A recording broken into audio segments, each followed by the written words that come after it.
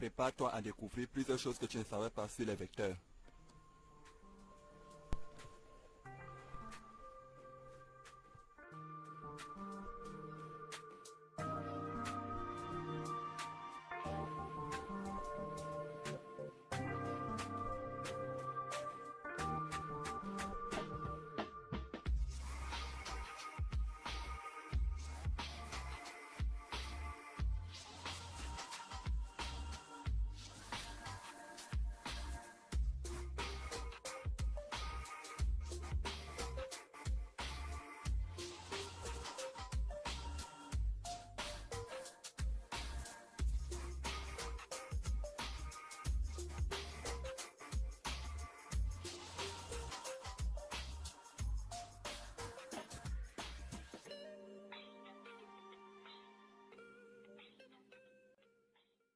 À la fin de cette vidéo, je vais te montrer comment la notion de vecteur peut s'appliquer dans ton quotidien.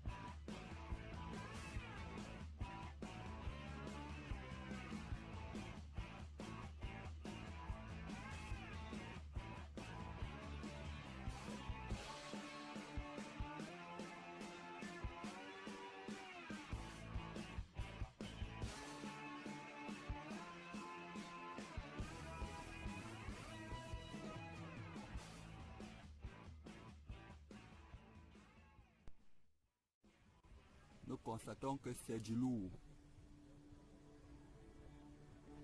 Non, ne pleure pas.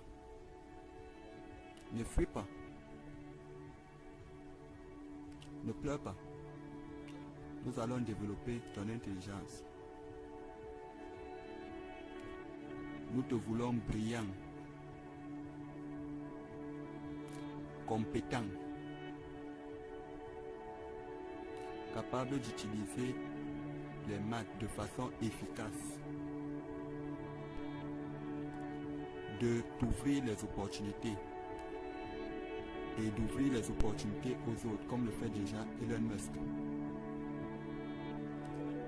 Si vous êtes véritablement compétent, vous aurez plus de chances de bien gagner votre vie.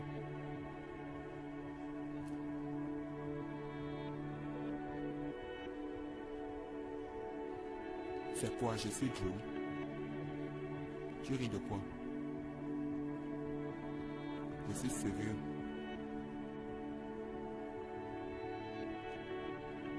Voilà, prends ton crayon, mon frère. Si tu veux progresser en maths, abonne-toi à la chaîne. Prenez patiemment connaissance de la solution. Les explications vont venir dans la suite.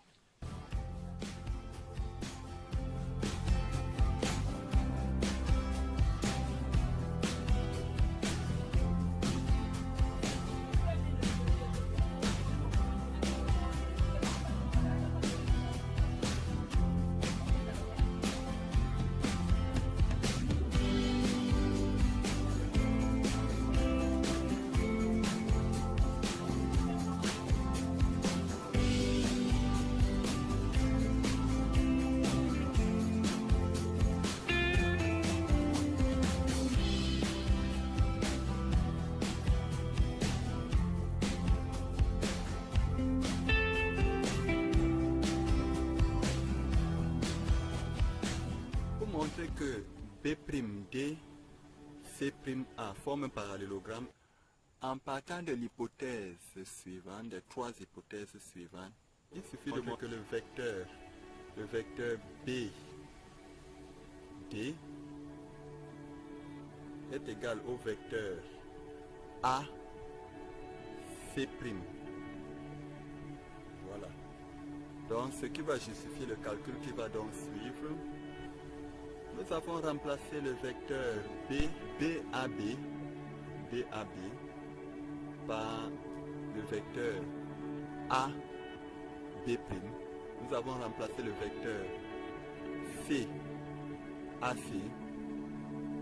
par le vecteur AC'. Ensuite, nous avons soustrait les deux membres de l'égalité que nous avons sur cette ligne. Nous avons soustrait les deux membres de l'égalité par le vecteur AB', ce qui nous donne donc la relation que nous avons à ce niveau. Et il suffit de renverser la position des points A et B' pour avoir le vecteur B'A que nous avons à ce niveau. Et nous utilisons dans la propriété de Chasse-S et nous obtenons dans l'égalité ici qui nous permet donc de conclure que le quadrilatère B'D C'A est un parallélogramme.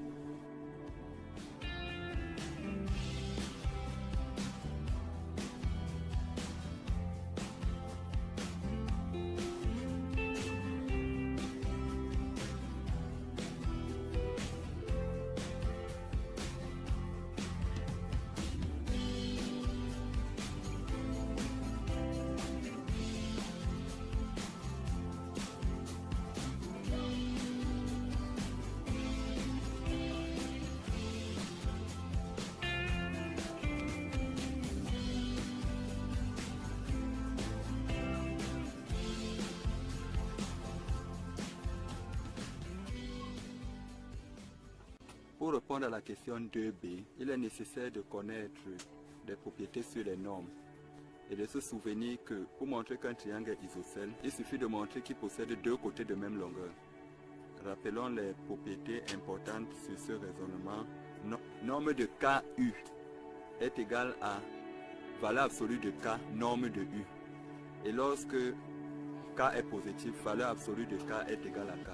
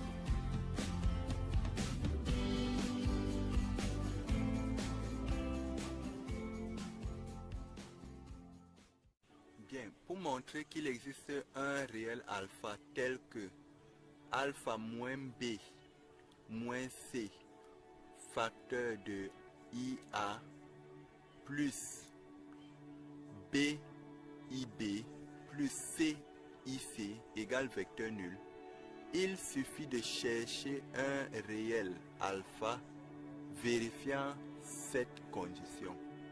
En effet, la démarche mathématique voudrait que si vous voulez montrer l'existence d'une chose, vérifiant certaines conditions, il suffit de chercher cette chose. Lorsqu'elle est trouvée, cela achève la preuve. Nous partons donc du fait que les vecteurs AD et AI sont collinéaires, dont il existe un réel K, tel que le vecteur AD puisse s'écrire en fonction du vecteur AI. En l'occurrence ici, AD égale KAI. Puisque par hypothèse, le vecteur AD égale à BAB plus CAC, cela nous amène à dire donc que le vecteur KAI est égal donc au vecteur BAB plus CAC. Nous introduisons donc le point I au niveau du vecteur AB. Ensuite, nous introduisons le point I au niveau du vecteur AC. Et nous obtenons donc la relation AI plus IC. Et au niveau de AB, AB nous donne AI plus IB. Le scalaire B qui multipliait le vecteur AB multiplie donc toujours le résultat qui a été obtenu à l'aide de la propriété de Chasles. Il en est de même au niveau du vecteur AC. Il nous reste donc à développer l'expression ci et l'expression ci. Ce qui est donc fait à ce niveau, B se distribue donc sur le vecteur AI et IB. Il en est de même au niveau de AI à ce niveau et IC à ce niveau. Bien, nous obtenons dans la ligne ci et à ce niveau, il est donc question de soustraire les deux membres de l'égalité par les quatre vecteurs qui sont B, AI, B, I, B, C, AI, C, I, C. Ce qui nous donne donc, puisque c'est une soustraction, ce qui nous donne donc K, AI moins ce vecteur, puisqu'il a été soustrait de ce côté, et moins ce vecteur, et ainsi de suite, nous obtenons dans la relation ci à ce niveau. Et l'autre membre de l'égalité nous donne le vecteur nul, puisque tous les quatre vecteurs ont été encore soustraits aux mêmes quatre vecteurs, ce qui nous donne dans le vecteur nul de ce côté de l'égalité. Et nous regroupons dans les vecteurs AI, nous en avons 3, et ça nous donne donc K moins B moins C, le tout facteur de AI. Et nous avons aussi permuté les points I, B, les points IC, ce qui a fait partie le moins que nous avions ici, qui est donc devenu plus.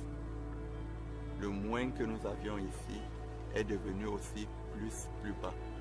Et le 0, le vecteur nul, autant pour moi, le vecteur nul est donc conservé plus bas. L'expression que nous trouvons donc ressemble à l'expression que nous cherchons, sauf que les deux expressions ne sont pas pareilles. Nous remarquons qu'il faut poser alpha est égal à K pour retrouver l'expression que nous cherchons. Puisque nous étions donc en train de chercher un réel alpha qui puisse nous amener à cette expression, il suffit donc de poser K. Il suffit donc de poser alpha est égal à K. Il suffit de poser alpha est égal à K pour trouver donc le réel qui vérifie l'égalité vectorielle ci. Puisque nous avons donc trouvé un tel réel, cela veut dire qu'un tel réel existe. C'est ce qui achève notre preuve.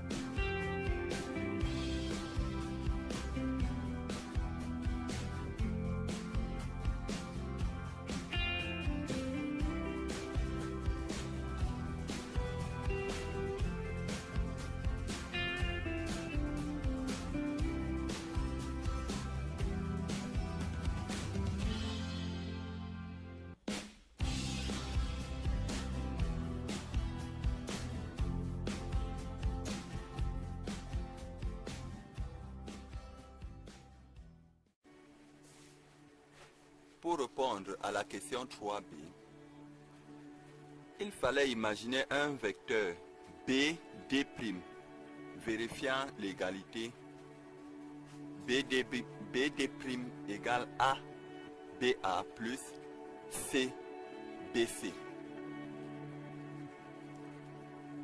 Par la même démarche, comme à la question 1 et toutes ces articulations, nous avions démontré que le vecteur AD était collinéaire au vecteur AI. De même, le vecteur BD', vérifiant l'égalité soulignée, vérifie forcément la collinéarité avec le vecteur BI, d'où l'existence d'un réel K1 non nul, tel que BD' soit égal à K1 BI, ce qui nous amène donc à l'égalité vectorielle à ce niveau. Et nous introduisons alors, comme à la question précédente, I au niveau de BA et au niveau de BC, et nous faisons exactement les mêmes calculs comme tout à l'heure à la question précédente pour aboutir à l'égalité vectorielle que nous avons à la fin. Nous constatons toujours, comme plus haut, qu'il suffit de poser bêta égale K1. Il suffit de poser bêta égale K1 pour obtenir la relation recherchée, ce qui achève donc la preuve.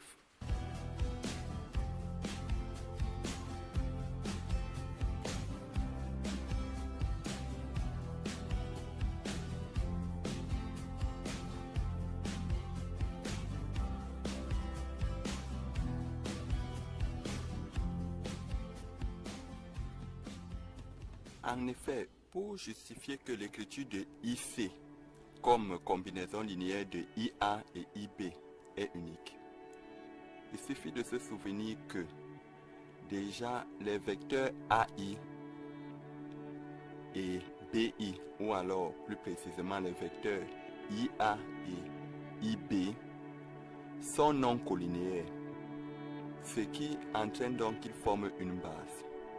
Dans une base, un vecteur peut s'écrire comme combinaison linéaire de deux vecteurs de la base que d'une seule manière. Donc l'écriture comme combinaison linéaire d'un vecteur par rapport à deux vecteurs d'une base est unique.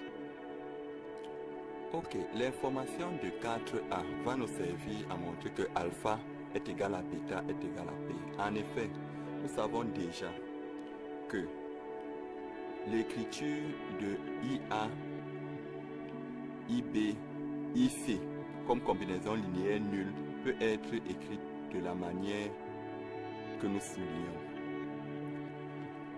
Nous pouvons utiliser cette expression pour avoir une expression du vecteur IC, ce qui nous donne donc la relation que nous avions numérotée, relation 1. De même, nous pouvons utiliser la relation obtenue au 3B pour avoir la relation que nous avons appelée la relation 2. Souvenons-nous, IC est écrit dans la relation 1 et dans la relation 2 comme combinaison linéaire des vecteurs IA et IB. Or, nous savons que IA et IB forment une base. Donc, la combinaison linéaire en question est unique.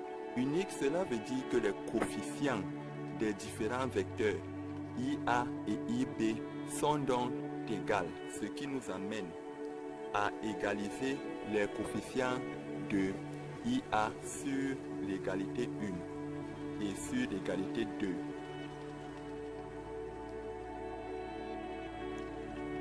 Coefficient de IA sur l'égalité 1. Coefficient de IA sur l'égalité 2, ce qui nous conduit à l'égalité du système, la première égalité du système. Coefficient de BI aussi, égalisé avec le coefficient de BI sur l'égalité 2, ce qui nous donne la deuxième égalité du système. Ainsi, le calcul est fait pour tirer alpha et bêta. Nous constatons donc que alpha est égal à A plus B plus C. Et bêta également est égal à A plus B plus C. Or, A plus B plus C, c'est la somme des trois côtés du triangle, c'est-à-dire le périmètre petit b. Donc, en réalité, nous avons l'égalité. Alpha est égal à bêta est égal à P, qui est le périmètre du triangle.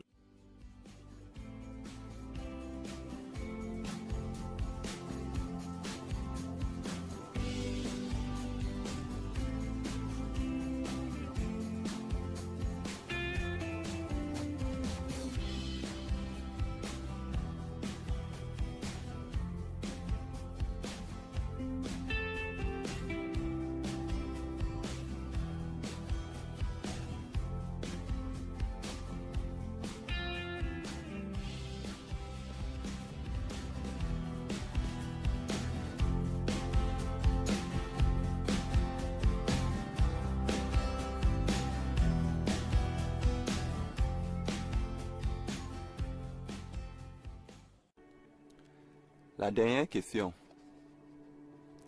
la plus simple d'ailleurs, nous nous souvenons donc de la relation 3A.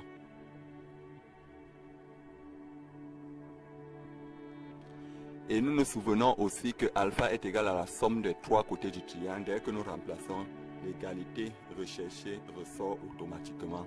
Ce qui achève donc la correction de notre exercice.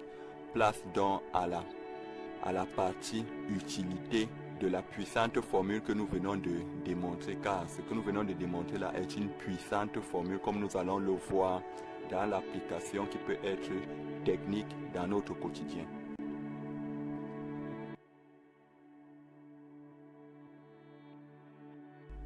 Bien, ce que prouve l'exercice est très puissant. Comme nous l'avons constaté à la fin, à la toute dernière question de l'exercice, nous sommes parvenus à établir la relation que nous encadrons.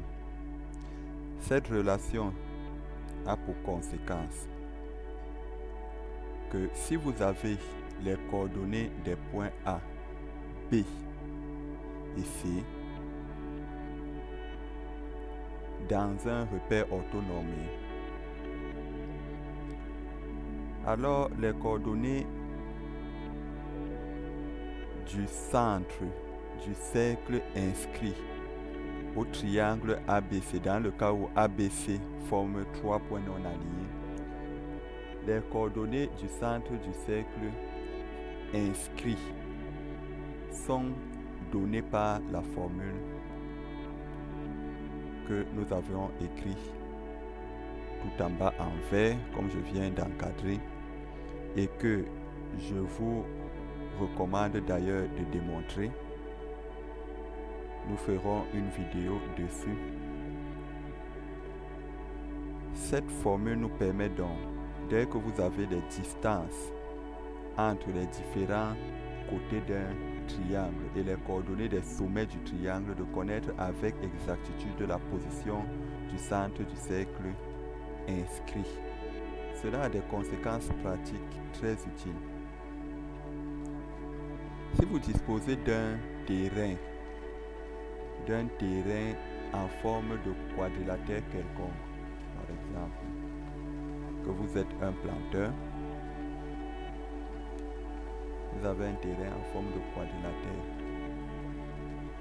vous voulez obtenir deux points stratégiques par lesquels vous partez pour, par exemple, arroser ou alors faire d'autres choses dans votre plantation. Deux points stratégiques, des raccourcis en fait. Si c'est un seul point, il suffit d'établir les diagonales et de trouver le centre de votre quadrilatère. Mais si c'est deux points, il est utile de diviser votre quadrilatère en deux pour obtenir alors deux triangles. Une fois que vous avez obtenu deux triangles, il est donc nécessaire d'avoir le centre du cercle inscrit de chaque triangle Dans notre cas, ici, le centre du cercle inscrit serait quelque part ici, j'imagine. Bon, donc, ce point est donc stratégique pour atteindre rapidement la plupart des endroits de votre champ, pour arroser, pour faire tout ce que vous avez besoin, peut-être pour mettre de l'engrais. De même sur le deuxième triangle, vous prenez encore le centre du cercle inscrit quelque part là. Et vous pouvez partir de là pour faire vos arrosages, pour mettre de l'engrais, pour planter. Si c'est peut-être des semences et le champ est très grand.